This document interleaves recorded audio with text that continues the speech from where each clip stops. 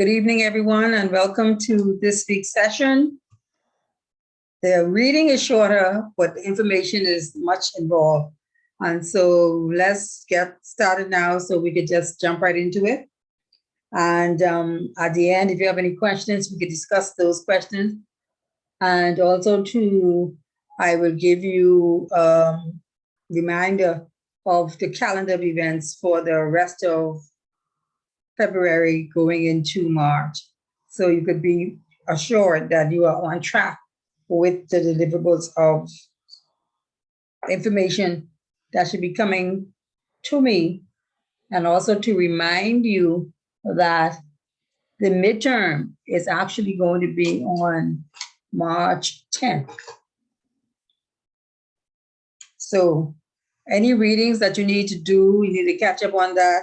In terms of the case study, you should be at least have identified what it is that you're going to go into, because the case study is due on March 3rd. And so you have, in essence, just about 2 weeks. I actually would have already given you a list of items that I would expect to see in your case study, however you present it, as well as I would like, very interested in your comments at the end of this case study as to why you chose this case and what was of particular interest to you and any conclusions that you want to put in. Of course, that makes sure or kind of helps to guarantee that you get full marks on the case study. Because if you just list the facts, say that happened, and the story, then you will not get your full marks on the paper. So I'm looking for dialogue in terms of whistleblower penalties, any changes in any legislation as a result of the issue that happened, and your overall comments. One of the things that I am consistently gauging is your awareness of what will constitute these breaches and these principles as relates to ethics, conflicts, ethical dilemmas, and the like. And so you are supposed to be getting sensitized to what is universally right and wrong, and what certain things you should and should not do in a given environment, in a given scenario, and why there are legislation in countries now that actually deal with these items, because it would have happened in the past where issues came up. And also too, we are at a place where the whole know your customer AML and terrorist financing and all those good, wonderful things has caused us to look at not only our locale, but also on a global scale, because a lot of these issues, a lot of these scandals, a lot of these financial implications have international, they cross borders. And if you recognize that even in the movies for a lot of times, whenever these people commit crimes, they are saying they're on their way to the Bahamas, or they've left and gone to the Bahamas. And so that kind of media actually paints a picture to persons who don't know who we are, what our financial and political regime is all about, to deal with issues as it relates to these kind of scandals. So chapter 5 today is going to talk about ethical dilemmas and conflicts of interest. The objectives of this session is that we want to explain what is meant by ethical dilemma. And we're also going to understand and explain what is meant by conflict of interest, because there are legal definitions to these. And then explain ways in which certain dilemmas and conflicts may be resolved. Okay, and then how you could apply these various ethical decision-making models to practical situations. We're going to now get practical with some of these issues, and that's when we will go into our breakout rooms and the like. And we're going to also be talking about what could be meant by public interest. What does it mean by public interest? And how much of public interest should be taken in consideration when these things are happening. And so in your work, there are a lot of times in which work is not always easy, because there's lots of things that can happen, and there's lots of codes of practices, ethics, and the like, so that it helps you to understand how the organization expects you to behave on the job. And it's amazing that despite all of these codes of ethics, practice, and conduct, we still have issues. Things still go awry. And that only goes to show you that no matter what is written, if the person has a dishonest bent, or the person does not have, or their ethical compass is not calibrated appropriately, they will find ways to do whatever it is that they want to do. And so against that background, it is up to the individual who is confronted with a situation in which there are several courses of possible actions to take. And confronted with these possible actions, not all the time everybody would be satisfied. For example, the outcome might affect a person positively on one hand, but negatively on the other hand. So it's a win-loss situation. And it is these situations that create ethical dilemmas, when you're trying to make the best of a bad situation where somebody might be disadvantaged while another person is advantaged. So conflicts arise when the individual making the decision has to decide on an action that may compromise his or her perceived integrity in the eyes of a third party. And I'm taking that right off of page 150. Conflict of interest arise when the individual making the decision has to decide on an action that may compromise his or her perceived integrity in the eyes of a third party. So you're talking about two or more clients with conflicting needs, and you have to make a decision between the two. So that's the dilemma in and of itself. And some decisions are between life and death, but others are not. It's just that some person might be disadvantaged. The kinds of decisions that people normally give people the benefit of the doubt are decisions which have religious beliefs background, and another situation arises when an individual has to choose between the life of a child or the life of the mother, like in terms of delivery. That's a dilemma.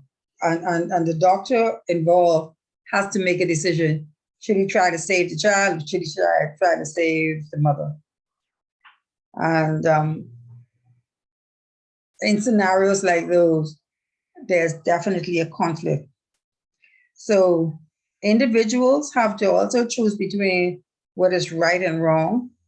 And this always results in, or sometimes results in, some degree of subjectivity where you have to make a choice. A lot of organizations have where they lay down the law, but in certain areas, the managers are allowed to use their discretion and make a call, or actually execute as an exception. Sometimes it's amazing how the know your customer scenario, and they talk about wanting proof of address, and some persons where they live, that bill is not in their own name. And so some adjustments have to be made to accommodate them because they don't have a utility bill in their own name. And so some organizations would say, we'll accept a bank statement with their proof of address. Or they might say, well, one of the things we might do is wherever you live, they can send in a copy of their utility bill and either on the bill itself or by a letter say, confirm that you live at this particular address. And so those are the kinds of things where there is decisions made and adjusted based on the fact that there's a conflict. The person does not have proof of address. Okay. What I thought was interesting was this case on the bottom of, quick question on the bottom of 150. It says, you work at the counter of a branch of your bank, and then there is a customer, a 14-year-old customer, asked to make a withdrawal of $1,000. The policy of the bank is to permit young persons of 7 years of age or older to make reasonable transactions. And you recognize the young person and know that he has personal friendship with others in this particular housing arrangement. And they are frequently seen meeting outside the local convenience store. And sometimes they are inebriated and are obviously drinking alcohol regularly. The question is, should you permit the transaction? Anybody want to stab at it? Or what are the issues that will jump out at you based on the facts? I guess for the age. The age of the person is 14 years old. Mm-hmm. So is he on now? In this particular bank, they allow, the policy of the bank is to permit young persons of 7 years of age to make reasonable transactions. So the account is in his name. Oh, and that's his money. Yes. Okay, well, long as he come and he signed the withdrawal strip and he put his ID there, you got to give him his money. Yeah, you could not tell him he can't get his money. But he's always inebriated. He's been seen as being drunk in public. When he made his deposit, did they find out if he was drunk or not? I just asked him, you know what? One of the questions that jump out in this, just looking at the fact, is $1,000 reasonable transaction? No, but then too, like it says here, familiarity. Not because you're familiar with the person, you know. If he came and he presented his ID and he want to make the withdrawal, like who am I to say elsewise? Now it's a difference if it was him and someone else on the account, him and an older adult. Then I would question, say, now hold on, you have to get authorization XYZ. Mm-hmm. You know? Mm-hmm. So in the Bahamas, do we allow persons under 17, underage to open up an account in their own name? No. No. Not that I'm aware of. No, we don't. They have an adult. Okay. So in the Bahamas, if the adult has the account and the child is on the account and the child has an ATM card, a 14 or 15-year-old has an ATM card, how do we prevent him from using the card and taking out what was maximum $1,000 or $1,500? Take the card. You know, other way you can stop him because you know. But didn't the parent give him the card with the PIN number? So as long as the parent is okay with that child going to the ATM and getting just how much funds he or she choose to get. Because I can put you on the account, but I don't have to give you a card. And if I give you a card, I don't have to give you my PIN number. So that really don't come before us as the bank. I'm just saying. Okay. Would it be a scenario where he's actually presented himself in the bank? So would it be a scenario where the teller would say, well, we'll have to make a call to the parent? I wouldn't, me personally, as a teller, I wouldn't make it. No call, I let him know, you have to come out with your parent. Next, that's what is all up the line. Next. What? Yeah, you know, you have to come with your parent. You can't, listen, if a husband and wife come inside there and she knows she can't get that money without him, I don't care how much you know me. Mom, you need to go and get your one. You have to have authorization. You can't do that. Anybody can say there's your mommy on the line. How I know that's your mommy? That's what I tell the people to the bank. That's why we have IDs in the bank. Right, you need to physically come in. I tell the people to the bank when they be calling to our work. I say, y'all famous on giving out people information. I can tell y'all when y'all say, oh, I'm looking for XYZ. I could say, this is she, and they divulge everything. They could tell you everybody, that person business, but when you call the bank and say, I need to find the information, they will know who, what, when, where, and how. But when they call in for payment and stuff, they don't use their discretion and they don't carry you through all of that. Okay, but let's look at what they discuss. And what they discuss in the book is the money in the account belongs to the young person, yes. However, the common law recognizes that a financial institution has a fiduciary responsibility to young persons. And decided legal cases in the past has criticized banking organizations for facilitating withdrawal in such situations. Arguably, the counter assistant should refuse requests for the withdrawal, but the young person may return and make several smaller withdrawals at a different till or bank. So two things come up in mind here is, one, the permission to protect him from himself, and $1,000 is not reasonable. And so the suggestion would be to give him a smaller amount, but they're saying that may defeat the purpose, because he might come back a couple of hours later and get another smaller amount or whatever have you. So what it brings to light is the challenge of an ATM card, and that ATM card being in the possession of a young person, where you would not actually have any access to him taking the money off the account. Then it goes on to say, ultimately, the problem for the counter assistant is caused by insufficiently precise policy of the bank. Should the counter assistant telephone the parents of the young person?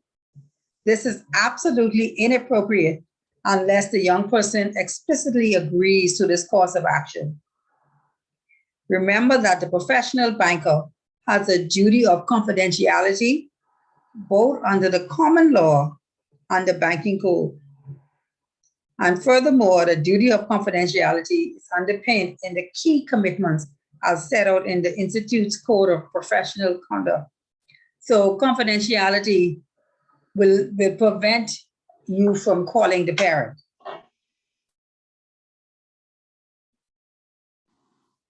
And that's what they brought up. Well, Ms. Fraser, Mm-hmm. they should then, if they're gonna allow a 7-year-old to open up an account, right? Then they should put in place, like you say with the policy, put in place that you're only allowed to withdraw a maximum of either 200, 300 per day or something like that. I remember a few years back, there was a bank who was promoting junior accounts, or the junior saver program or something like that. But in those scenarios, the parents still had to come in and actually sign up for everything. And I think the parent's name is actually on the account itself. So we would probably not have that issue at 7 and 14 because most of the banks does not allow an account to be in the name of a minor solely.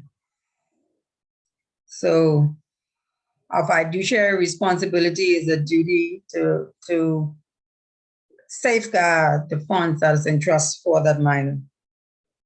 Okay, there's a next question, second quick question. You are processing a personal loan application for a couple who live in your neighborhood. They both work at a local printing factory. They have a good credit record and have never experienced financial problems in the past. However, they wish to help out their youngest son, whose business is in trouble, and he is not in a position to borrow. The couple qualify for the loan under the bank's lending policy, but you know that the repayments are manageable as long as the couple's financial situation does not change. The local newspaper carried a report last evening that the printing factory would shortly be downsizing its workforce with compulsory redundancies and inevitability. How should this situation be handled? What is the dilemma? The dilemma is where they are. If a couple comes in front of me who have good credit history, they're taking out a loan for the son who is in, just say, financial trouble, and he can't afford the loan. The dilemma comes in when you hear the report on the news that their employer is considering downsizing. The dilemma is that what do I do if this loan fits under my limit? Is that I would seek the advice of senior management, because I can look at it two ways. One, these people got perfect or good credit history, and two, it's only a report in the newspaper where nothing was concrete. So I almost could see that's the dilemma, but I would probably still give them the loan. Okay, the couple qualify for the loan under the bank's lending policy, but you know that the repayments are manageable as long as the couple's financial situation does not change. So the fact that the place where they work is going to be downsizing, it suggests some financial change. Whether or not they both will be affected, whether or not But it's only a report. Only a report. We don't. It could be a little bit. There's no concrete proof to say that they're going to be downsized. It's only a report issued by a newspaper. I mean, not going to be in the punch. It's factual. so in a case like this, then would it be reasonable to say you have to collect additional information, seek additional whatever, or well, we'll take a chance and hope to God that it doesn't happen? What are we doing? Ms. Fraser, Hello. anybody that walks inside of the bank and qualifies for a loan, we don't know what today or tomorrow, whether they have that job next week. That's the chance that we have to take. But if you qualify for it right then and there, you know, isn't that what they normally go off? You meet the criteria that are asked of you. Well, let me ask this question. During the COVID environment, certain industries, well, before they stopped lending money on a wide scale, there was certain industry that the banks would say, if you work in this industry, we weren't giving you any loans. No, sir. Sorry? No, But yeah, that was, yeah, during COVID, they did make those stipulations. You're correct. So, but it wasn't a widespread thing. And in some cases, they say if the person works on commission, for example, they would look at differently, even though they would have had in the past, they were making really good money and they might have qualified, you know. I think the hospitality industry was one of them that they started to hold back on because of rumors of the two major hotels were letting people go.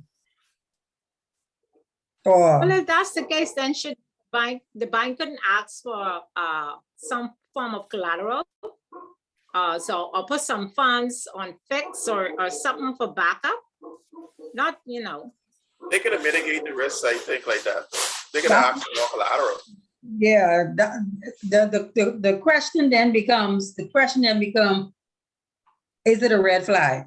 It's not to say I will not give them the money. It is, when you hear that, does it create a dilemma for you?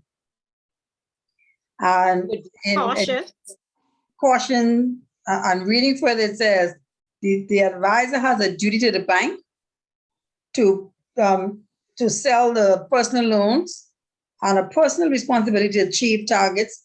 If the couple fulfill the lending criteria, the loan will be sanctioned.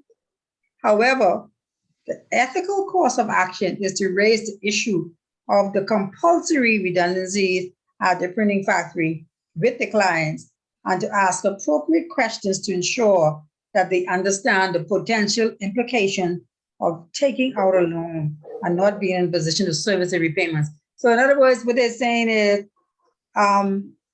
because of what has been heard or reported, rather than disregarding it, you should put it on the table.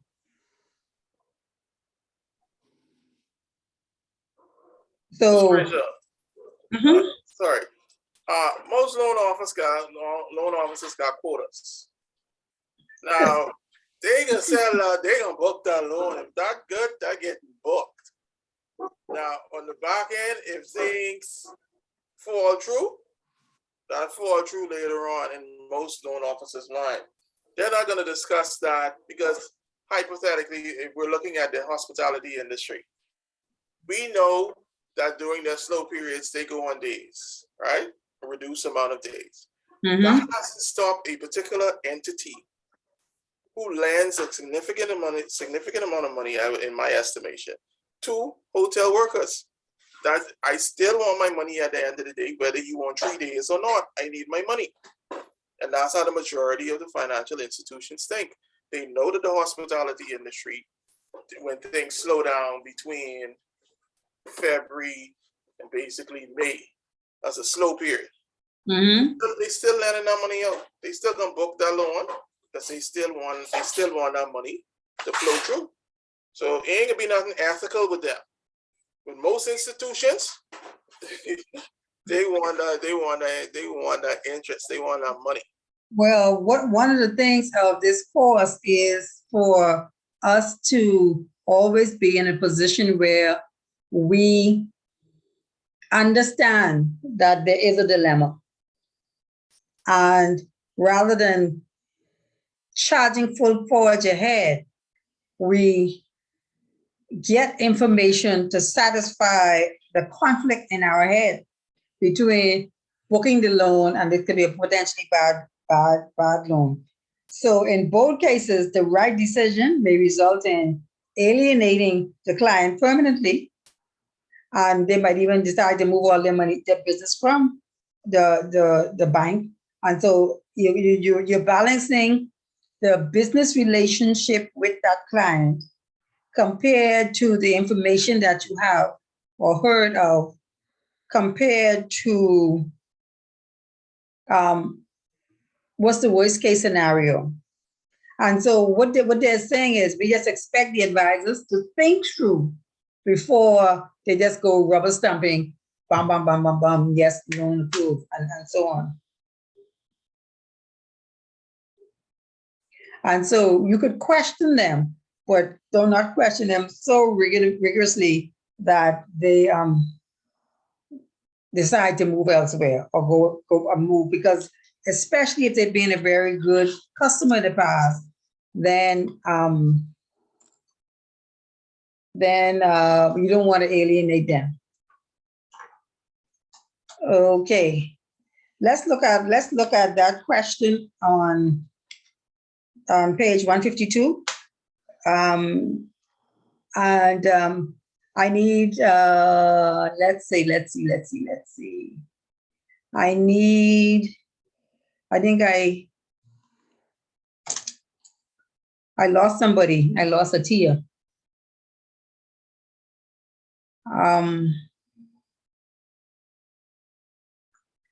I would read that question number 38.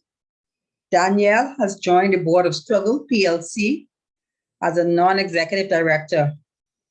At the first meeting of the board, she is informed that the company has a major cash flow crisis caused by the liquidation of one of its main debtors. Danielle informs her colleagues that she is able to organize an immediate cash injection from a company with which she is involved. She states that she has a few shares in Rich Limited, a company that makes short-term loans to other companies encountering similar difficulties. The rate of interest is 16% per annum. Seeing no other solution to the problem of Struggle PLC, the directors agreed to borrow funds at 16%. Now, the other information is Danielle is the only shareholder and director of Rich Limited. Her husband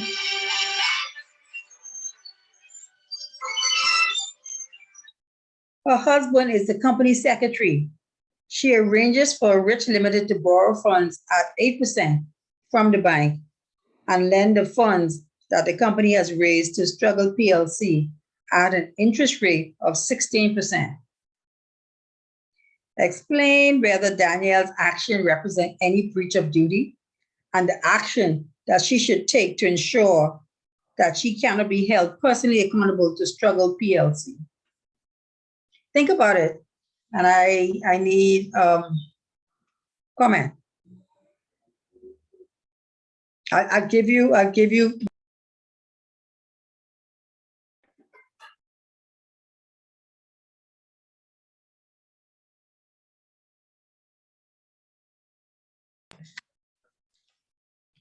Anybody want to volunteer to take a stab at that? I mean, I'll try anything, right? At this particular point, when looking at it, she is a crook. You understand me?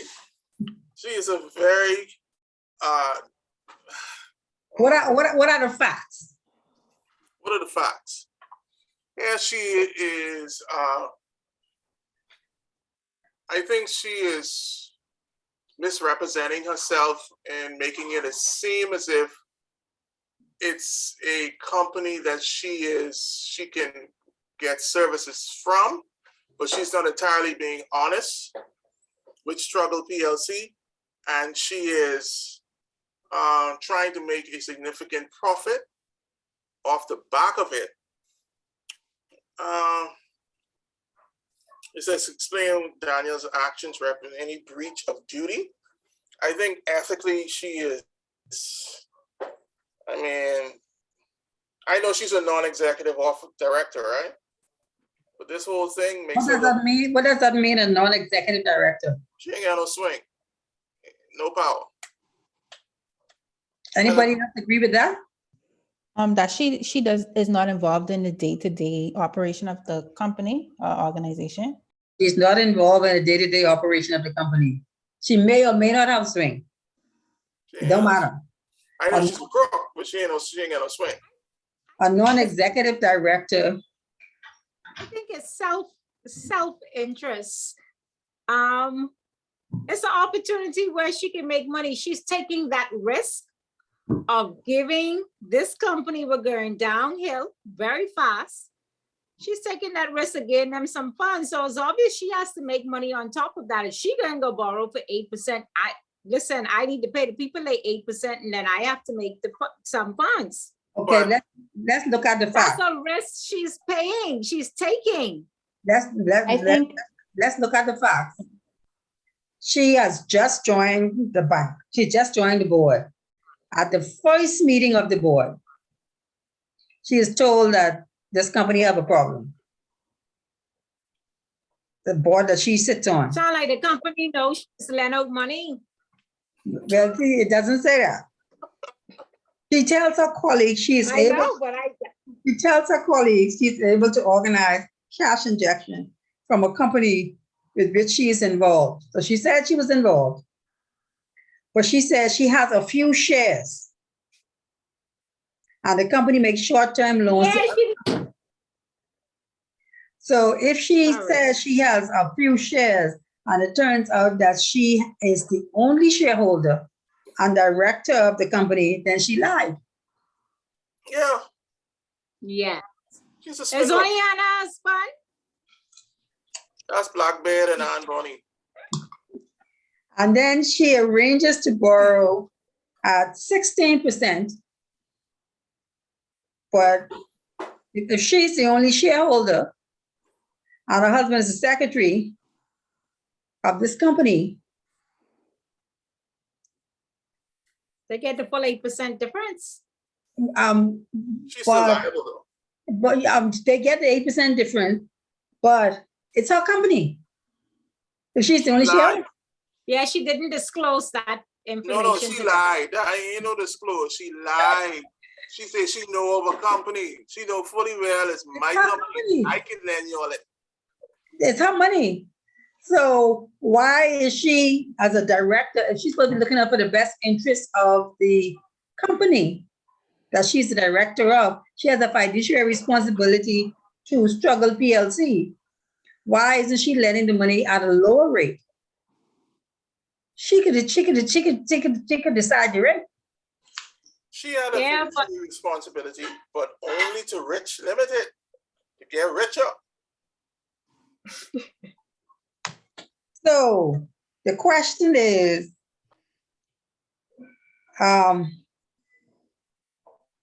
what could she have done to make this right? I think she should have first explained to them that I have a company where I could fit the loan for you guys, but you'd have to pay me a certain percentage in order to do it. Or she could, whoever hookup she get to the bank, hook the company up to the bank and let them go get their own personal loan, either or. It's her first meeting now. She ain't coming too heavy. She ain't coming too heavy. She gotta come in light. Yeah, but she came in full force because she let them know, hey, I know the place where I work, we could hook you up.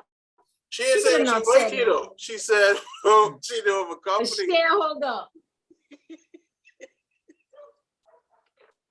This woman is a politician, but seriously, 8%. 8%. But you know that she's accountable to the institution that she borrowed that money from, because she That's what I'm saying. borrowed that money. I agree, she's taking all of the risk, but it's But y'all keep saying from the institution that she borrowed the money from, but she is the owner of the company. yeah. So it's her money. So she is taking a risk with lending Struggle this money. Correct. Yeah. Okay, all I right. understand she's trying to make. I understand she needs to make some of the deal, but my God, 8%. That's a good idea. Is it ethical for directors to make something out of the deal? No, Pardon me? Is it ethical for a director to no, make something out of the deal? no. It's business sense. It's not business sense unless you disclose everything up front. Then if you disclose everything up front in front of everybody and everybody's aware of it, then everybody can make that conscientious decision, but all of the facts were not laid on the table in front No, of she everyone. didn't. She kept some. She kept No, you some. can't keep none. She didn't I only think- keep some, she was dishonest.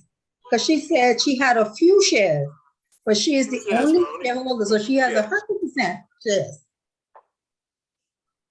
And I think as a director, she does have a duty to the company, not a personal interest, but to the company as well. So I don't think she was acting in the company's interest.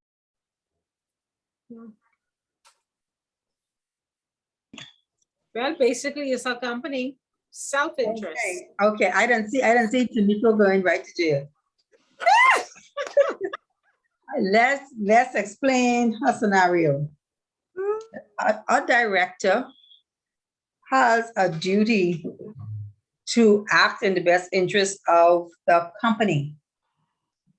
And she needs to exercise her powers for proper purposes and to avoid any conflict of interest. That's what a director has to do as their role as director.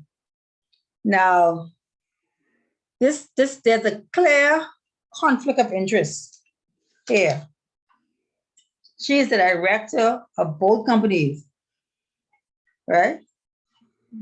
And so this is a breach of her duty to struggle,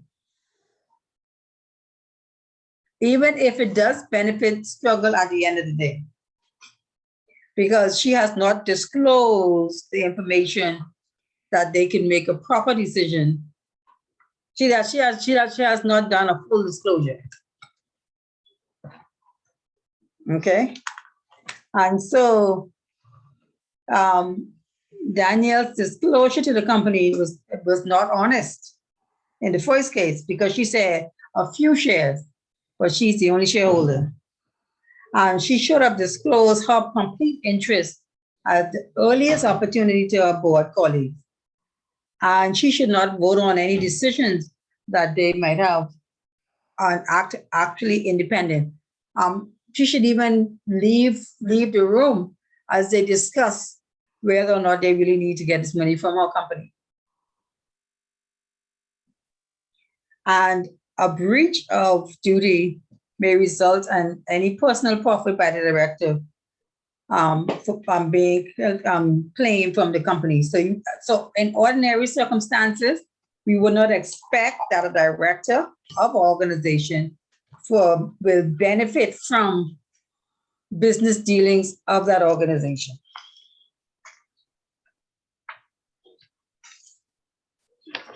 So that was definitely an issue of conflict of interest. And you wouldn't want that to be. And generally in areas of conflict of interest, full disclosure removes the interest, the conflict, and also to remove yourself from the decision-making process will also remove you from any conflicts. So on the top of page 153, it actually discusses full conflict of interest and actually the sources of conflict of interest. For example, it speaks about employees and agents have a duty to take reasonable care to identify any potential conflict of interest and to take actions that are appropriate to address them. And they gave us two scenarios of a conflict of interest. A conflict of interest can arise from two situations. One, the individual may have a personal interest in a transaction that a client is making or proposing. Or two, a decision will have a positive impact on one client and a negative impact on the other.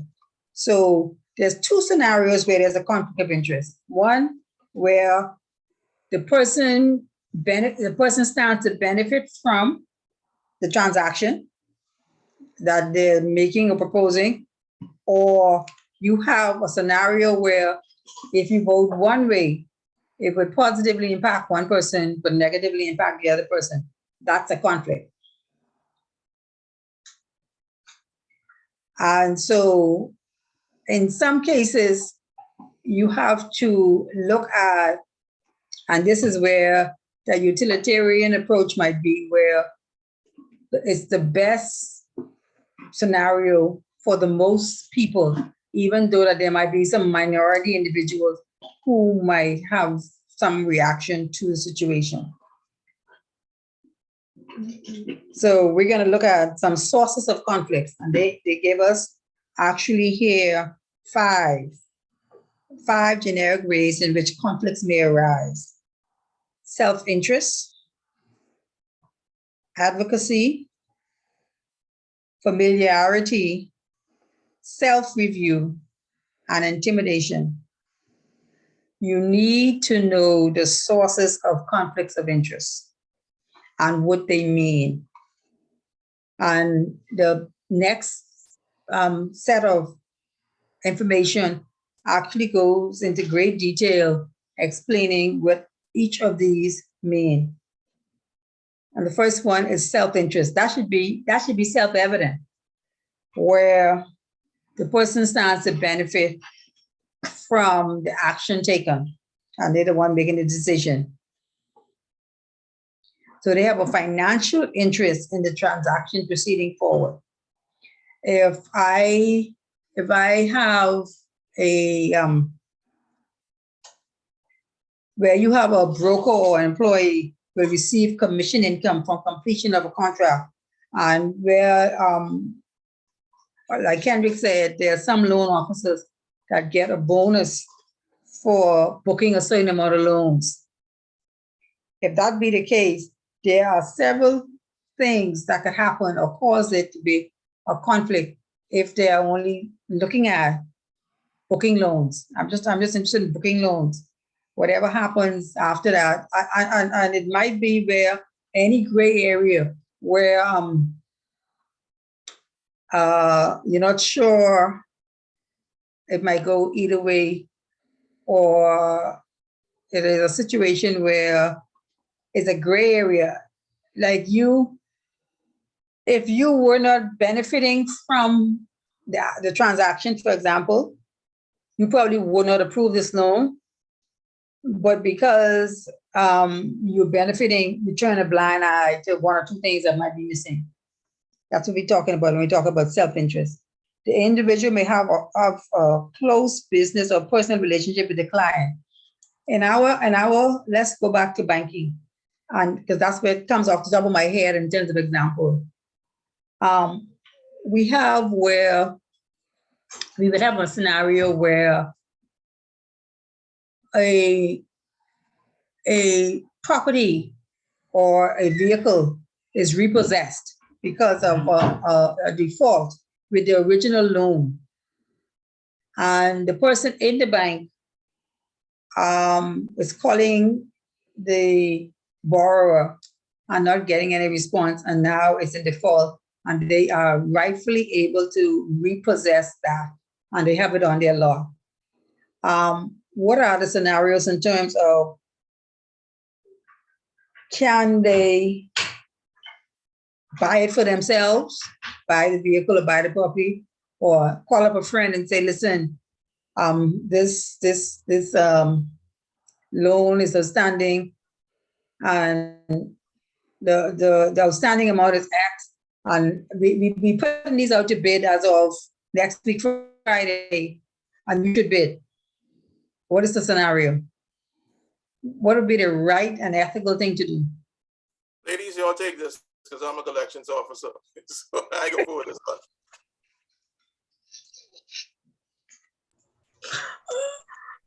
one. You're a collection officer. So hey, you probably should be the one to deal with it. You've collected and repossessed the vehicle, but you're not responsible for the loans. But No. do you have? With the situation of a repossession in regards to a vehicle, none of you, yourself, your spouse, your children, your immediate family, you are all disqualified from participating in a bidding process.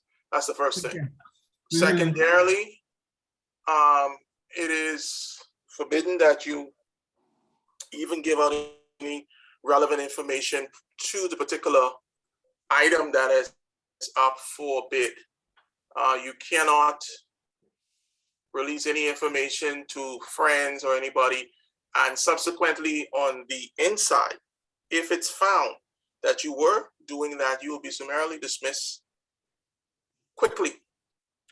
So in that regards, you cannot disclose any information other than what is required by law, because I don't go down the rabbit hole too much, but if it is, let's say for instance, the vehicle is valued at $20,000 and you get a deal for, you get your highest bid is $15,000.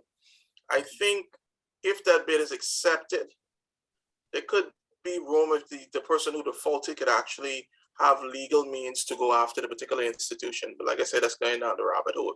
But you cannot say anything to anybody, family members or anybody else, even though surprisingly, a lot of people have that concept that because you work XYZ, you can release information on repossessed items. Okay, yeah. And if you have a situation where you would have put it in the papers anyway, then that all individuals will see at the same time and make their honest bid from that perspective at the time when that comes up. And so you don't get any inside conversation going. I see Tamiko is unmuted her mic. Tamika, you had a comment in that regard? No, ma'am. Okay. We also talk about soft commissions where there's small gifts of hospitality. And sometimes these gifts or commissions could create a conflict of interest. We call it in our locale tips. And these gestures is most likely to occur when such gestures cease to be rewards and turn into inducements to do further business. So organizations have a tipping policy, and sometimes they say a minimum of $20 or $10 or flowers or something like that. But above a certain level, you have to actually report it to management. And some people make the argument that well, management take tips, or management get to that place where they taken out to lunch and they get season tickets or whatever else, or they get the Cuban cigars or whatever having. All of these things, if they are used with a way to promote business, get additional business, or secure contracts, they will be unethical. And there's a very thin line between thank you and soft commissions. And self-interest threats, they reduce the threats for self-interest by forbidding staff from accepting gifts of any kind. And like Kendrick mentioned, members of family and friends, family, lovers cannot bid on these items. Once it's known that they are connected to individuals in that organization. Then some organizations say we will forbid acceptance of gifts of a particular type or with a value in excess of a stated figure.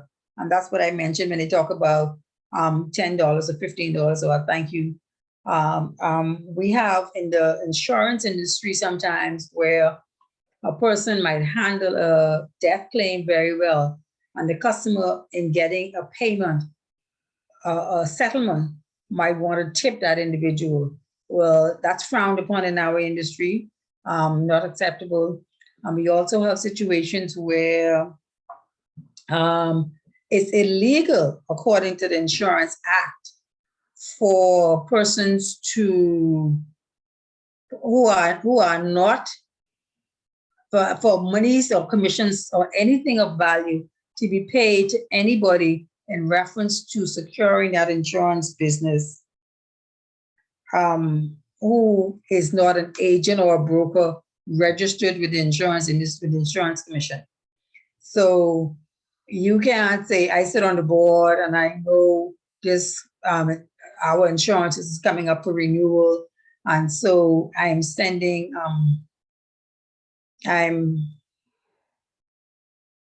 if you give me a kickback, I can guarantee you get the business. All of that is illegal, immoral, unethical, and all of the above. Okay, on bottom of page 154, we have where Bert is the branch manager of a billing, of what they call a billing society, is a lending institution. He is interviewing a client who is hoping to bid on a property at a public auction that will be held later this week. And in the course of the discussion, Bert learns that the property is the one that he and his wife will be bidding on at the same auction. What should Bert do in this situation?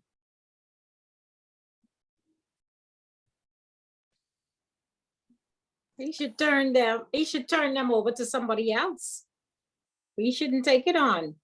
But let me ask this question, Ms. Fraser. If a property is available, he works for the company that is selling the property? Is that what it's saying? Yes, he is interviewing the person. So apparently I'm assuming that he is not precluded from bidding on it. But to avoid these kinds of scenarios, it would be best that he is excluded from being able to bid on it. Because then, go ahead. That's correct. Or if not, if he works for the company and he's interested in the property, I mean, come on, you paying him, right? The salary comes through him. So why he can't speak to management and say, hey, I'm looking at this piece of property that I would like to purchase. They don't do that. I don't know. Tell me. Like, I would say, just go to management and say that you are interested in this property, or he have that for secret, that he want to bid on that. Where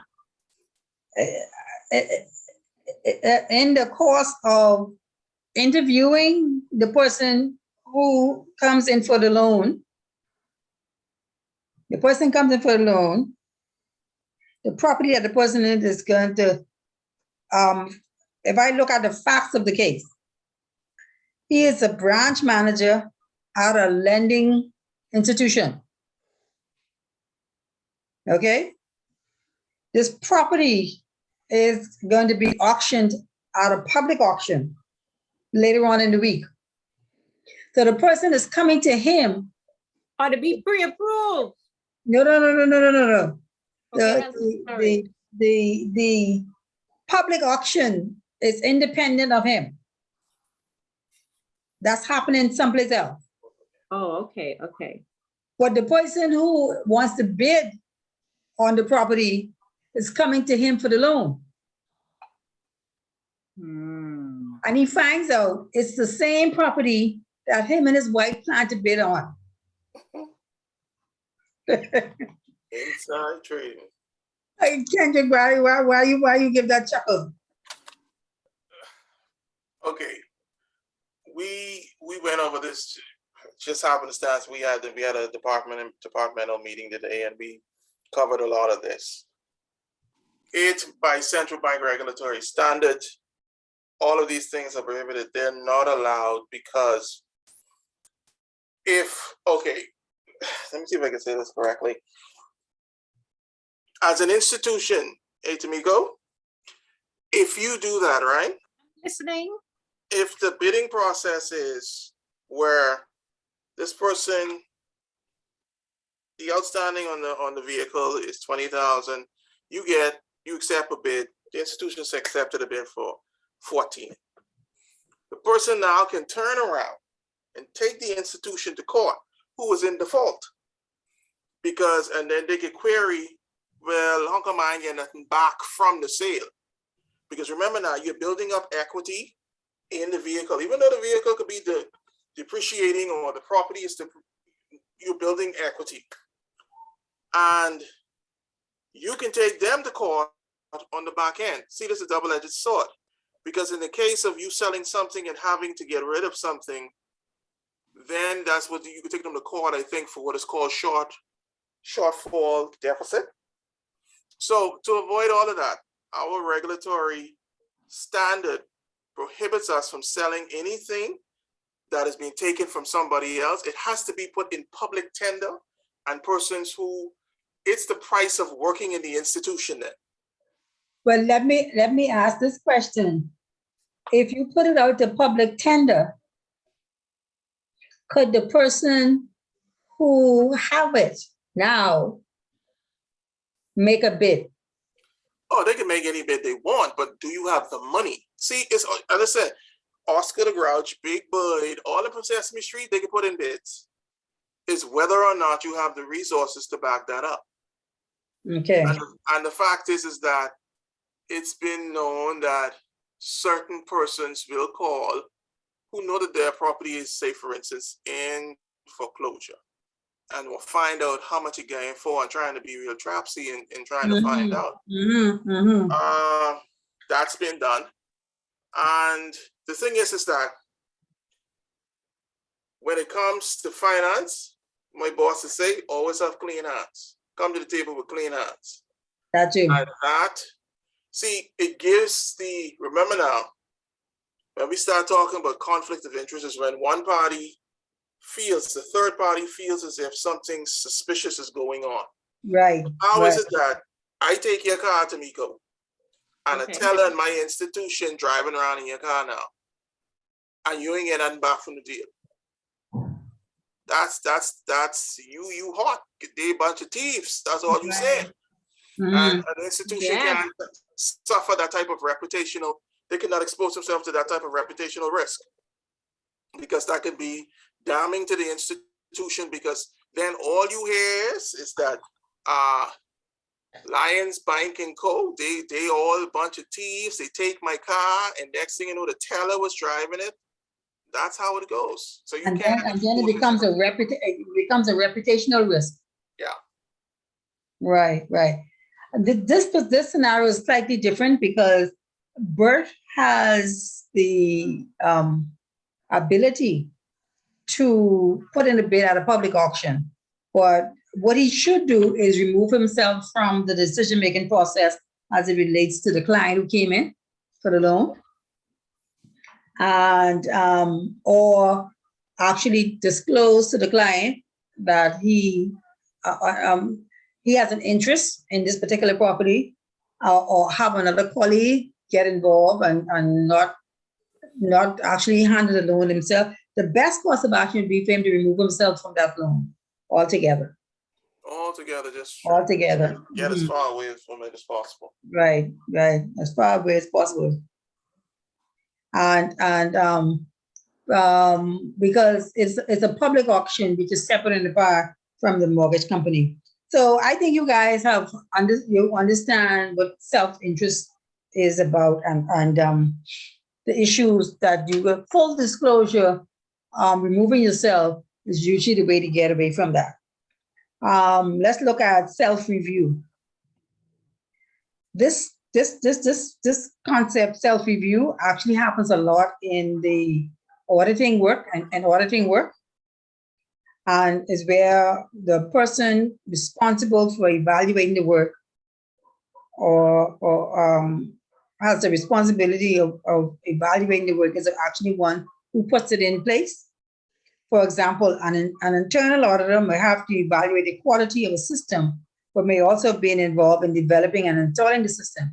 So if you put in this new computer system and you are then asked to evaluate it and it was your idea, of course, there could be biases.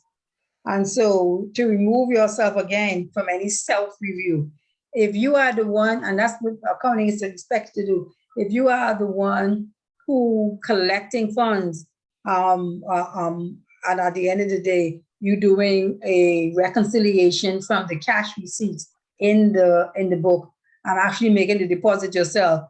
It's so many things that can go wrong in that environment. And so it's usually the person who's taking in the money It should be somebody else completely different who is doing the reconciliation with the receipt book and actually making a deposit. So you're separating those duties for the view that you're not reviewing or actually checking off on something that you yourself did. And of course, if you have any preconceived opinions about certain aspects of the system, you cannot be unbiased if you were the one who was actually involved in putting it all together. And so the person who's doing the evaluation should be independent, and the report will be more meaningful if that valuation is not, a person is not involved in the actual process at the very beginning. So self-review, it doesn't happen in the accounting field. It shouldn't happen in terms of your processes, and you should avoid at all costs any conflict. You should avoid the position of reviewing anything that you yourself would have put in place. Okay, so self-reviewed threats can be overcome by ensuring that those who revise the effectiveness of systems and procedures do not have a significant role in reviewing them, and actually apportioning responsibilities carefully, putting together teams who will not have a personal interest in the outcome of the work, and also to segregating roles to ensure that any evaluation or validation of systems, procedures, and decisions is carried out as independently as possible. So this is what you want to do at all times. Okay. In terms of advocacy, what advocacy means is to support. If it's something that you support, then in this context, where a firm is called upon to support the client, in banking organizations providing corporate financial services, and then being asked to support some legal action by other financial institutions in the event of a default on the loan. And the bank may also provide small business loans to a client whose affairs are then conducted in an exemplary manner, only later to be asked by some secondary mortgager to enforce some securities. If you are supporting this individual, you can be put in a place then too where you are reviewing and making suggestions as to the performance of that particular individual, because of course you're biased in that scenario, and you want to as much as possible don't put yourself in a position where there could be any biases at all or any perceived biases, because like they say in law, not only must justice be done, it must perceive to have been done. And so it's always how that man on the street might look at that scenario, or anybody, any third party looking at it and it happening, what would be their thoughts? As it relates to familiarity, where there's a long-standing relationship and principals with the client, and the principals of each entity are so familiar with one another, they're drinking buddies in essence. Or there's a personal or family relationship between the firm and the client. This is where there's familiarity, and such risks can be dealt with or mitigated if you rotate personnel involved in providing professional services. A lot of times too, some big firms, particularly in the accounting area, they change auditors after every 3 or 5 years, because the auditors get so familiar with all the principles involved that they stop doing their due diligence, or they slacken doing their due diligence. And because they did it last year, they don't do some checks and balances in place. They actually get to the place where, it's just a rubber stamp going from point A to point B now. So to avoid it is to change and rotate personnel, or involve additional persons to take the lead in that, or obtaining independent reports or review. And right now we have internal auditors who do their due and they report directly to the board. And then there's external auditors as well. So your financial officer, your CFO, is not the one who's doing all the reviews.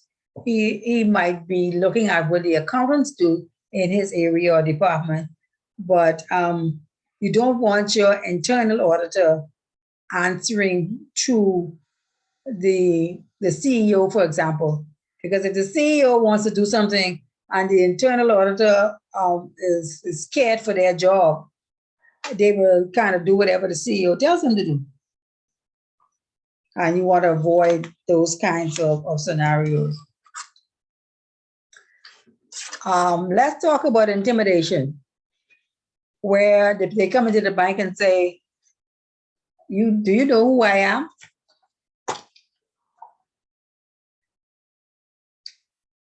And so in essence, they're threatening you either to lose your job or they're moving their business or whatever have you in order for you to do something. And the consequences of this intimidation is they normally frame it in the form of a loss of a client or a damage to the company's reputation or some financial consequences such as compensation and costs being awarded for that. So they actually threaten you through I can sue or I'm going to move my business.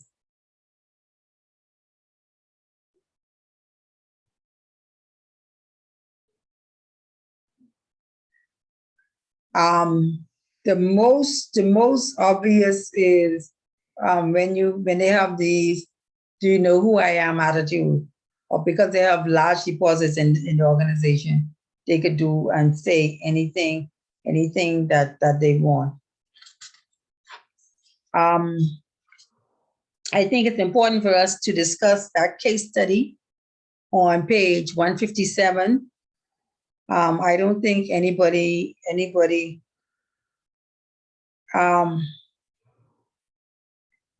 mentioned doing the Enron case, but a part of the Enron case was the case of Arthur Andersen. This major accounting firm was damaged beyond repair due to its client's relationship with Enron, which is a failed US energy company. Arthur Andersen still exists today, but has a much smaller scale of operation than that which previously existed. In 2006, the United States Supreme Court declared that Arthur Andersen had no blame whatsoever in the failure of Enron. Too late to save the company's shattered reputation, and too late to save thousands of jobs. So in that particular scenario, there was the reputational risk, and the reputational risk had already damaged their involvement because they were the auditors of Enron. And there were some persons who thought that they should have seen sufficient information to give them, what's the word I want to use? To give them some indication that something was wrong. But the US Supreme Court declared that Arthur Andersen had no blame whatsoever in the failure of Enron.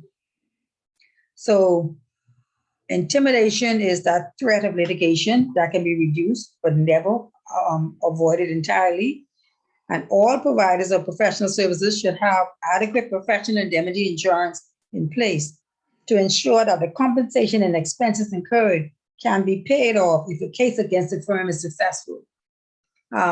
Professional indemnity insurance is that if there are, because of negligence on behalf of the employees or owners of an organization, that company is sued, and there are awards and damages, and also there are awards and legal costs. The insurance company will then, the policy will then respond and the money is not coming out of the policy itself. So the majority of the large major companies and some smaller companies actually have what we call professional indemnity insurance, which will indemnify the company. And indemnify the company meaning pay for any claims that arise from any suits or damages awarded because of their negligence. Any questions so far or anything that we could have discussed? Does it make sense in terms of intimidation? Intimidation being the threat of litigation or some suit?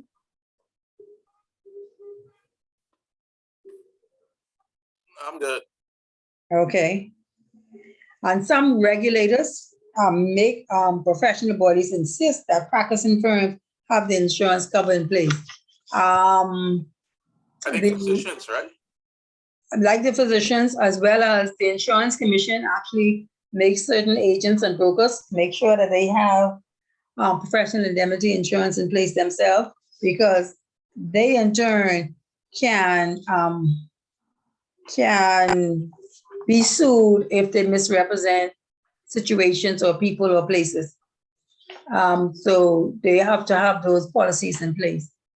So the 5 sources of conflicts: self-interest, self-review, advocacy, familiarity, and intimidation. And intimidation is the threat of legal litigation.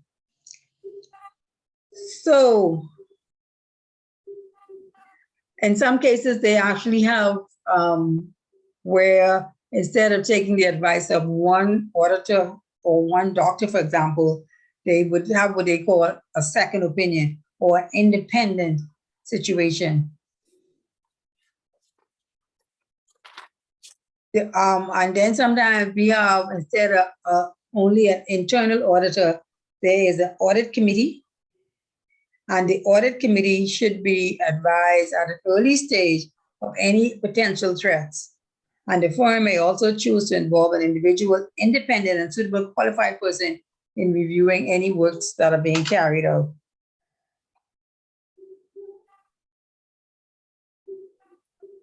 It's quite common for some clients to want to have a second opinion. And whenever a second opinion is sought, there are risks to all parties involved.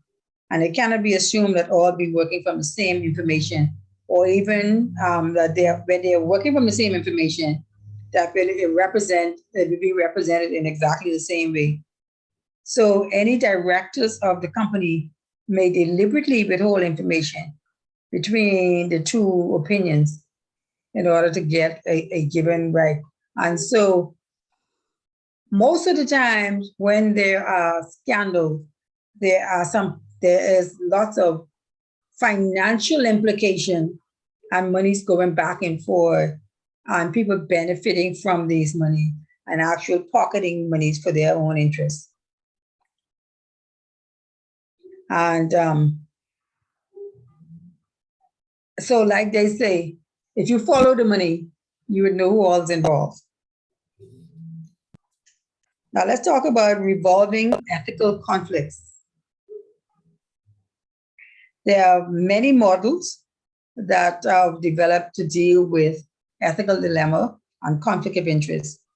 And many of these originate in the accounting profession, which is especially vulnerable to threats arising from such situations, auditing and financial. And so the International Federation of Accountants, IFAC, they have a code that requires firms to put policies in place to resolve conflict situations.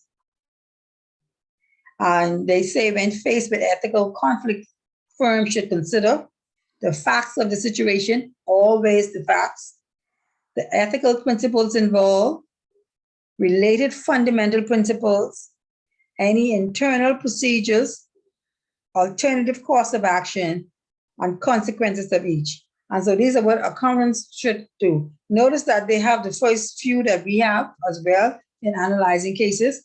First, the facts of the situation. And it should go in this order. you really should examine all the facts first and the ethical principles involved, any related fundamental principles. We go to the consequences.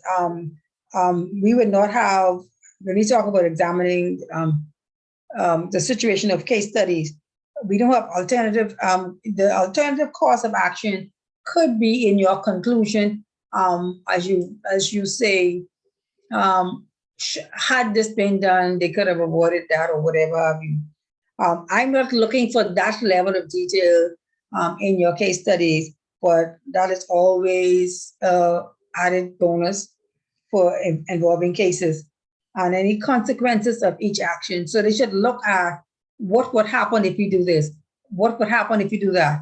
And in the Bahamas, what we call that is the worst case scenario. What is the worst case scenario? What if you do that? What would happen? What if you do this? What would happen? Those things are what they're expecting accountants to actually ask themselves as a result of the International Federation of Accountants. The American Accounting Association model suggests that ethical decisions should turn on the answers to a series of questions. Again, what are the facts of the case? What are the ethical issues in the case? What are the norms, values, and principles relating to this case? And what are the alternative course of action? What is the best course of action? What are the consequences of each course of action? And what is the decision? So it's saying people involved should be asking themselves these questions. And anytime you're faced with an ethical dilemma, these are some of the processes that you should go through. We don't want to say, well, this is it, and I'm going to make that decision. You should look at it from all angles, as it were. And then they also have a very useful framework of ethical decision set up by this guy called David Molyneux. What do you do now? And in his situation, issues encountered by chartered accountants, and it sets out the framework. What are the readily identifiable ethical issues for your decisions? Who are the key parties involved, including you, who can influence or will be affected by your decision? What fundamental ethical principles for accountants are most applicable, and is there an apparent conflict between them? Is there any information, including legal obligation and decisions, that might be relevant? Okay.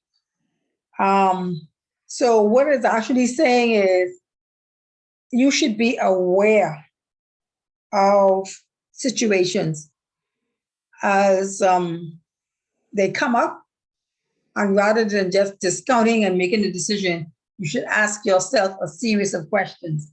And through these series of questions, you're digging into what are the facts, what's the best case scenario, who all is involved, how would this turn out if I do that, how would it turn out if I do this? And so you are processing the information, becoming more aware of the scenarios, of the situation. Okay, now I have an exercise. I have an exercise for you. At the bottom of page 159, there's a case, General Pinochet. What I'd like for you to do, independent of each other, is to look at that case. I'm going to give you 10 minutes, and I just want you to count. If you had to outline the facts of that case, how many different facts you get? And let's see how many persons, what numbers you come out with. Give you 10 minutes. Make it starting now. We have 10. Anybody have higher than 10?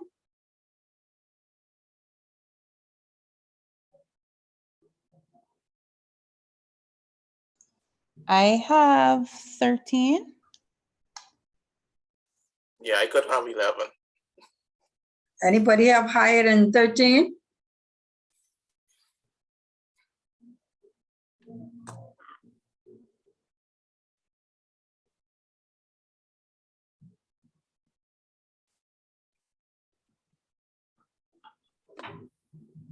Going once, going twice. 13, it is. Let's hear the 13 at 12. Chanquel. Okay, so the first one, he's the president of Chile for several years. The second, he achieved his position as a military director, taking over the country in a coup in 1973. The third, several controversies involving human rights and disappearances of citizens of Chile and overseas nationals during his term in office. 4, at the age of 83, he arrived in London for medical treatment. 5, he received an application, well, the British government received an application from Spain for his extradition on the grounds of alleged crimes against Spanish citizens in Chile. 6, the case went to court, appeal. The judges agreed that he should be sent to Spain, ruling on 2-1 verdict. 7, one of the judges was married to a lady who was a prominent member of Amnesty International, a human rights charity that has long opposed military dictatorships. 8, regardless of the independence of the law it concerned, it represented a conflict of interest. Actually, that might have been 14, because 9 would have been, even though it may have not been an actual conflict, any suggestion that the judge might not be totally independent is sufficient to influence the public perception. 8, 9, 10, the case was heard again by other judges with no connections to human rights or other relevant organizations. 11, although the verdict was the same, the verdict was still the same. 12, he escaped the extradition on medical grounds. And 13, he was later arrested when he returned to Chile and died before the case was brought to trial. Good job. Good job. Thank you. So how could Pinochet's problem have been resolved more quickly? Because he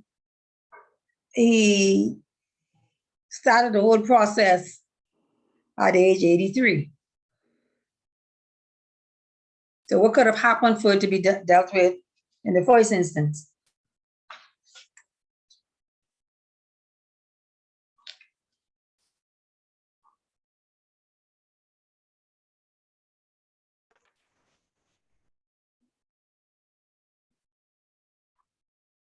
Anybody?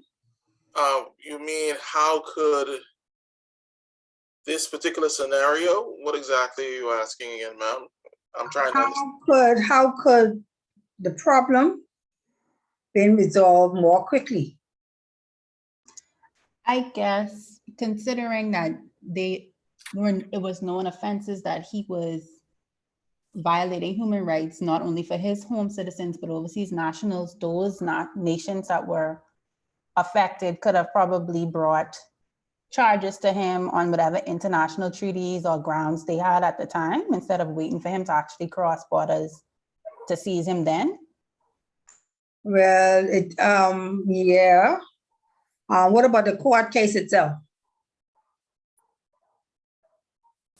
Court case. The first one. I think the judge should have been mindful of that. In a high-profile case such as this, you have to examine everything pertaining to yourself and what can impact the case itself. I think with his wife being a part of an international amnesty, he needed to recuse himself. Basically, he's in a compromised position because he's a lord. He's a lord of the law, and your wife is a part of an amnesty group. That itself puts you in a compromised position relative to any case that may come before you. Because if you're sitting on that high of the bench, then if I'm a defense attorney and we're before you, and I know that you can have pillow talk bias because your wife is a part of a particular group. And don't tell me y'all don't talk. I know y'all is talk. Mm-hmm. I can attack your credibility on whether or not you should be on this particular case. In that particular, he should have recused himself from the beginning, because any entry-level law student always looking for the compromise of where they best can defend their client. And that was the best way to do it. He should have recused himself from the beginning. Right. Because it said, regardless of the independence of the law concerned, this represents a conflict of interest. It does not have to be an actual conflict, but any suggestion that a judge might not act totally independently is sufficient to influence the public perception of independence. Not only should justice be served, it should be perceived to have been served. And of course, Amnesty International is a human rights group which has long opposed military dictatorship. So he was a military dictator, having taken Chile by force back in 1973 at the age of 57. And then they had all of those controversies involving disappearance of citizens of Chile and overseas nationals. So high profile case. And so the conflict of interest could have been avoided before the laws considered the case. It should have been dealt with by totally independent persons. And it is an accepted principle in most developed countries that the judiciary should be fully independent of the legislature, of the executive, or any influence upon them. And in this case, the individual judge should have declared his potential conflict and recused himself from the case, as Kendrick rightfully said. So, and of course, if had that been done, then they could have proceeded more quickly, and he would have probably been in prison as opposed to he actually died before the case was brought to trial. Okay, on the top of page 161, we're talking about dealing with conflict of interest. It says, if it becomes apparent, a conflict of interest or reasonable prospect of such a conflict arising, the individual or organization should disclose this to the client as soon as possible. And in some cases, it might be best to even decline business because of some conflict. It later goes on to say there's no hard and fast rule in relationship to timing of business relationship, but some suggest that relationships that cease more than 2 years previously are unlikely to give rise to conflict of interest rooted in self-review. So if we had the relationship, I've heard in our jurisdiction, I've heard 3 years. Anything outside of 3 years is fine, but they say there's a suggestion of 2, or say 2 or more. The scope of disclosure to be made is an important consideration, and it may be necessary to make a full disclosure not only to the client, but also to any other relevant parties. And the actual form that it might take could be just a simple statement of fact that there's a potential conflict that exists, and or a statement that the firm does not provide its services on an exclusive basis. So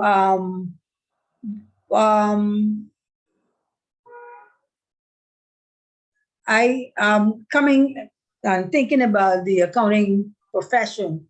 If you're dealing with some of the big ones, they will make those kinds of statements automatically. I've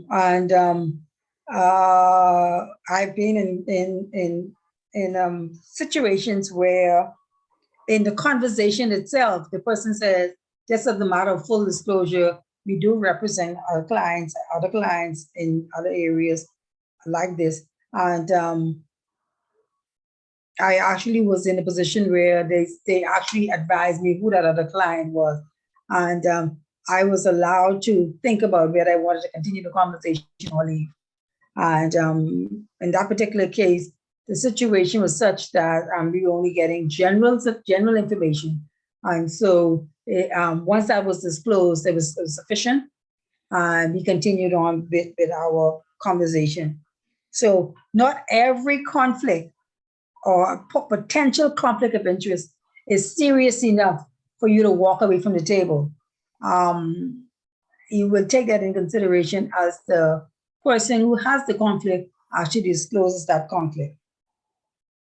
And sometimes too, before you are appointed to a board, they ask you to list any companies that you might be involved in for future reference should any conflicts arise. And so as a part of being a part of your board appointment, they will find out has there been any, or is there any potential conflict, or because it's never intended that board members should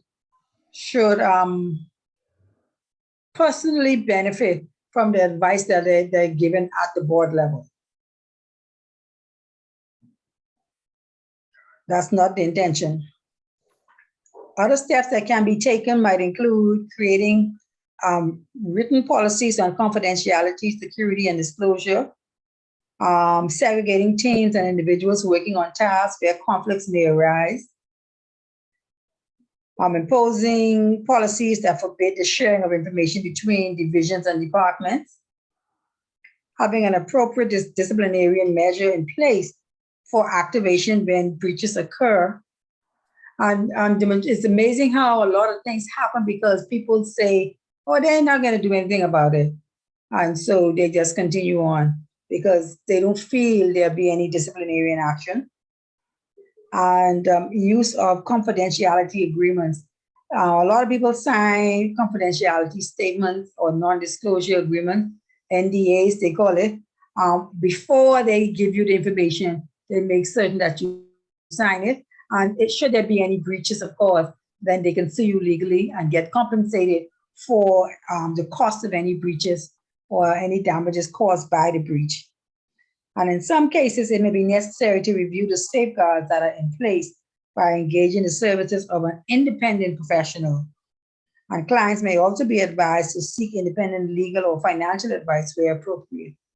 And the majority of situations in business dealings comes at the financial or legal, or in banking, it'll be like the loan scenario, the repossessed scenario that we talked about, especially when these banks have these list of repossessed homes or whatever else. What is put in the public domain is public, and in some cases, some banks, some institutions actually make the properties unavailable to members of their organization. I know in the case of insurance companies, for example, what they have is what they call salvage. Say they paid out a claim, this shoe store might have shoes damaged by water, and they actually paid out the claim for the shoes. So once they pay a total loss, all that shoes that might have been damaged as well as not damaged now belongs to the insurance company. And the insurance company could then in turn say, to kind of recoup some of our losses, we will actually sell it to our staff. In that scenario, it's not the individual staff making the decisions, but it's the person who is handling the claim or the claims manager per se, making it available to the general staff members. I've seen it and I've heard that in the past at some point, but a lot of companies have discouraged that salvage sale internally, and they would just put it out there to the general public. The International Federation of Accounting defines public interest in the context of responsibility for the collective well-being of the community of people and institutions served by the profession. including clients, lenders, government, employers, employees, investors, the business, financial community, and others who rely on the work of accountants. And so all of those persons are part of what they call public interest. And there are problems in formulating a tight definition of public interest because of a lack of legal definition of what the public interest is, as legal cases in the past have focused on specific facts, such as not doing business with enemy aliens during a wartime. And they have actually sanctions countries, for example. A lot is happening as it relates to not doing business with Cuba or some communist countries. The diversity of work in which professionals are involved, cross-border scenarios also pose a particular problem. Public perception that professional people may be self-centered in relationship to their own interests. We have a lot of fraud cases as a result of that, where people just do what they want to do because they want to benefit from situations. And I'm really looking forward to some of those scandals that you guys are working on. The bits and pieces that I've heard of already, it's very interesting to me. And so the impact of the National Federation of Accountants, the impact of the profession can be considered in relationship to issues where information is used to judge the performance of a company or its management in accordance with a regulatory or other obligation.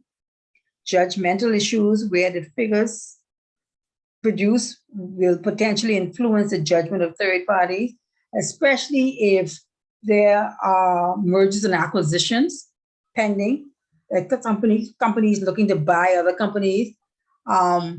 The information coming from the accounting department and the accountants is crucial to whether or not this sale goes through. And so they really want to make sure that the information is properly documented and able to be relied on. And matters that the regulators and others must address include the view that society is too oriented to the capitalistic position in pursuit of liberal economic democracy.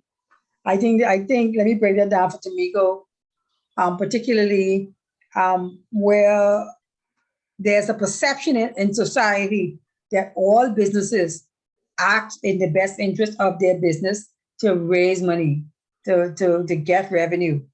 And so if people take that perception, then the regulators have to make sure that they have sufficient procedures and policies in place that people will not turn a blind eye to conflicts and things that might affect public policy or public interest, because in order to make money. And that's what that is all about. And there's failure on society to address equality and social welfare issues. Certain people say, well, I did it because of being disadvantaged in some shape, size, or form. And there should always be a balance between power of government and power of institution. Some agencies are big enough and employ enough people in a country that they could sway the government to do certain things in their best interest, or they could start, because no government likes the word unemployment. And if they threaten to let go people or not take care of the citizens, certain government policies might be adjusted in their favor, or they have certain rights. And it's a dangerous, slippery slope when you get government and big businesses doing a lot of things together. And it could end up in other scenarios And so you want to be very careful. Like I said, it's no wonder why a lot of the financial institutions and the financial directors that we've been getting actually asked to identify what we call PEPs, politically exposed people. And it's not only politicians, but persons who would have been a part of the judiciary or persons who worked in government corporations or whatever have you. These things are widely known throughout the world that it might affect and influence countries and companies, and there might from time to time be conflicts of interest, briberies, paybacks, and benefits to individuals for being involved with certain entities. And so those things should be a consideration all the time as to who is involved, who is behind the scene, who is actually pulling the strings. And always, we are the hot topic now in terms of climate change. And so anything that addresses the environmental issues or the impact of any organization on an environment and the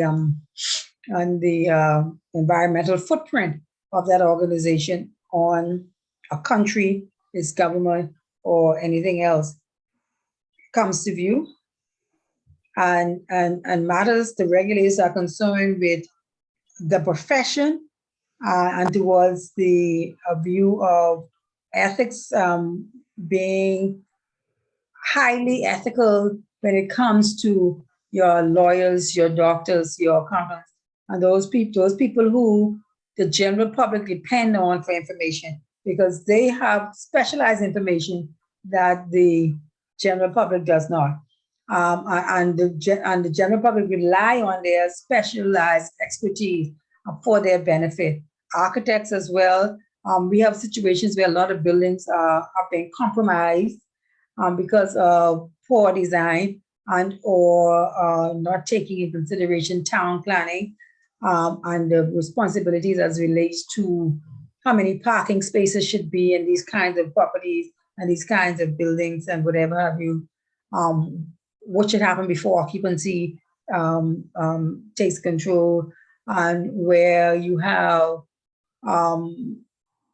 certain persons being able or needing to sign off on certain occupancy certificates in order for you to, you see some buildings, you wonder how they actually turn on any lights or whatever else and whatever have you by how they are constructed, or the fact that they might have certain things missing. But and do building inspectors really go out with a list of do's and don'ts and let me see that these are things that are in place to inspect buildings before the occupancy, and to actually have permit numbers and the proper permits are in place? Do they check to see that all of those things are in place prior to the renovations going on or whatever have you? All of those things should be highly ethical in a highly ethical environment, the checks and balances in place, and people are not able to advance further until these things are in place. Although principles determine the behavior of professionals, whether the principles are the right one and making sure we have the right procedures and processes in place. And any accusations that professionals can be too passive and insufficiently proactive, thereby affecting the entrepreneurial activity, we want to know, we want to see. So the things that I just listed lastly are the matters that regulators and others might address to make sure that everybody is operating in an environment where the buzzword is transparency. And is any organization that wraps itself in a weave of other companies to kind of hide the true benefactors or beneficial owners of an organization and where funds are going, it is actually illegal to do so. It's and we've seen a lot of guidance notes and a lot of laws and documentation for us to understand who the beneficial owners of these companies are over the last 2 or 3 years. And there's so much paperwork that has to come in to identify, especially in large corporations, who are beneficial owners, where's the money going, following the money trail to make sure that the proper taxes are paid and it gets to the relevant parties and everything is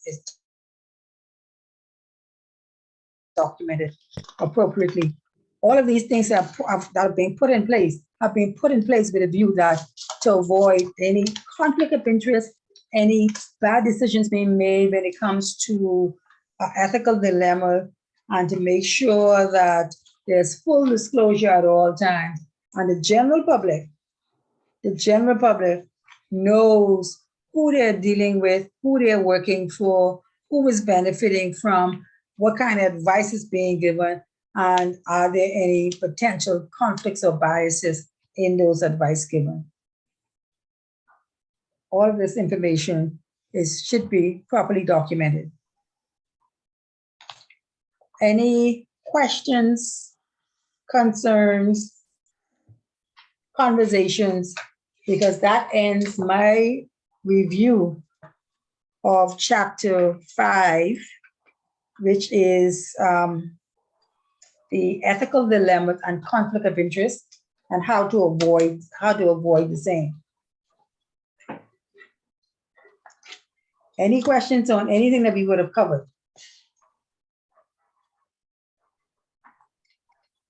I'm good. Anybody else? No, Mama, I don't have any questions. Okay. Next week is the 24th of February. We will be going over chapter 6. And then the following week, by midday on the 3rd of March, I'm expecting to have your case studies, because in that class, we are going to be discussing those case studies and doing a general review, just a general review, because the midterm will be on the 10th. And that midterm exam will be on everything that we would have covered in the first 6 chapters of this book. Following that, we will have, beginning on the 17th of March, you will get a second set of copies of this course. Actually comes in 2 books, but the second section is smaller. And so I have Ms. Dean and her team actually preparing those chapters that are relevant to this course on ethics. And from the looks of it, because it is 4 chapters that we need to complete, from the looks of it, we will pick up chapter 1 on the 17th. The second chapter for review would be on the 24th. The third would be on the 31st. And the 4th will be on the 12th. So we will have, from where I sit, the end of term. If you want to have a week of study, we could have the end of term on the 21st of April, which is after the holiday, as opposed to on the 14th, because the 14th will not give you, it will give you just about a week to study. It's open right now. And I'll be guided by your personal preference. The final exam will be on just them 4 chapters. No, the final exam would be on everything that we would have done in the entire class. But the format would be very, very similar to what would be the format on the midterm, where there's basically some true false, short definition, and then some analyzing of cases.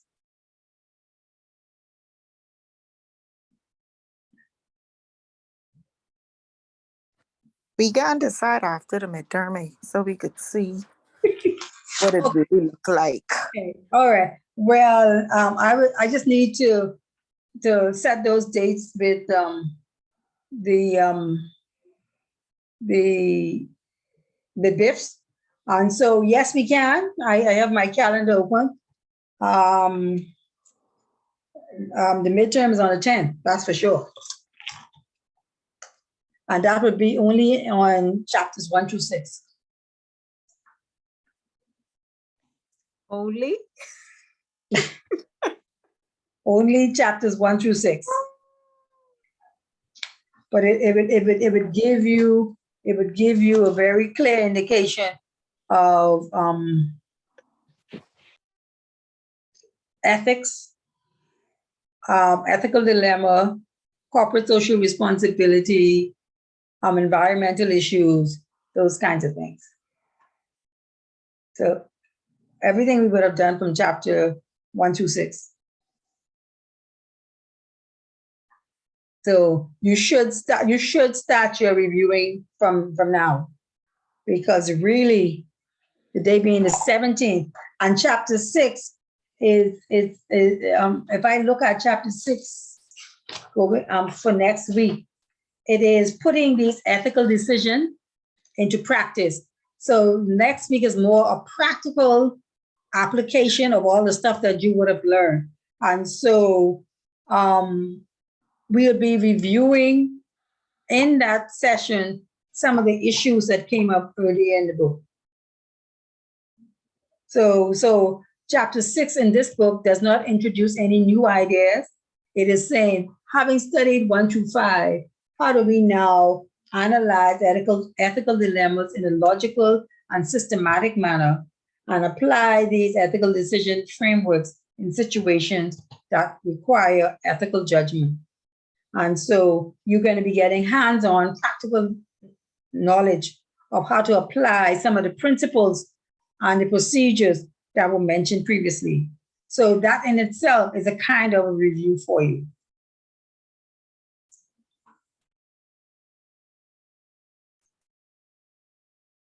Any other questions? You should be well on your way with your case studies, at least in terms of deciding what you're going to do. And it's only a matter now of doing the research and putting it all together. I expect it to be in a readable format. Outside of that, I would say watch the grammar. I would be looking for the conclusions, or if cases have not been concluded as yet, if there are pending cases coming up, or it's still in the courts, that kind of thing, in terms of a conclusion where we are.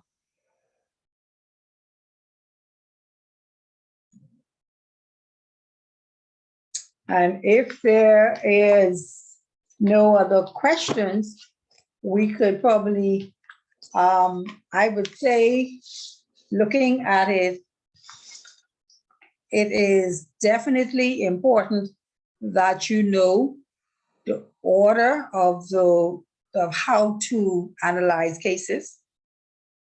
It's important in terms of your case study that you include the industry that was involved, the country that was involved, whether or not it was a lone wolf situation, a mistake, something that's happened out of the blue, or a conspiracy where there was, and a conspiracy is when there's 2 or more persons who actually agreed and conspired together to defraud a situation. And who was the whistleblower and what happened to the whistleblower as a result of it. And a lot of things, depending on the date of your case, a lot of things, we have a whistleblowing policy nowadays as a result of the fact that some whistleblowers in the past were actually intimidated, threatened, even incarcerated. And so there's protection now, legal protection for whistleblowers. Any charges and penalties that was involved. Those are the kinds of things that I'll be looking for. If you haven't gotten it, you just check your email. You should have actually gotten the identifying, how to handle case studies. You should have also gotten the case study things that I would like you to focus on in completing your case studies. And you should have also gotten a list of a few cases that if you couldn't come up with a case of your own, you could choose one from that particular list. So I would have sent you at least 3 emails in that regard to help you along in this position.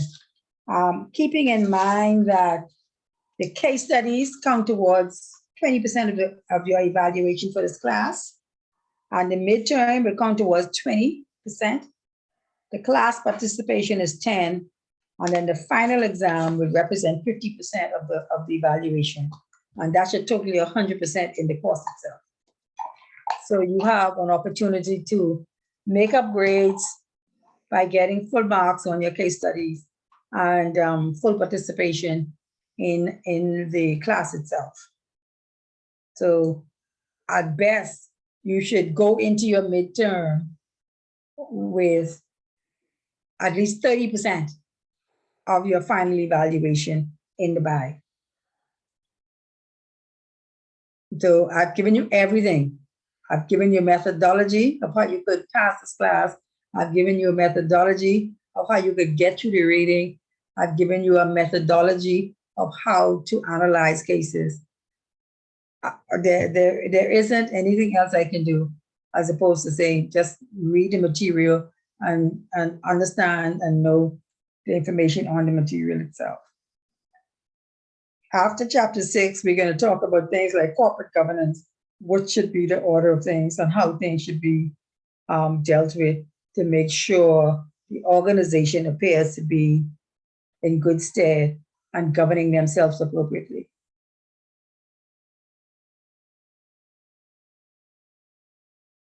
So if there are no more questions, concerns, or comments, we could call it a night and you could get on to beginning the reading or studying or working on your case studies for us to turn in by the 10th, is it?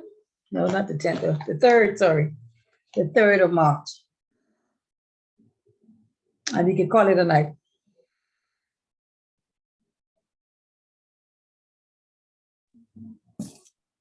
Okay, Ms. Fraser. All right. Thank you. All right, good And night. night. Good night. Good night.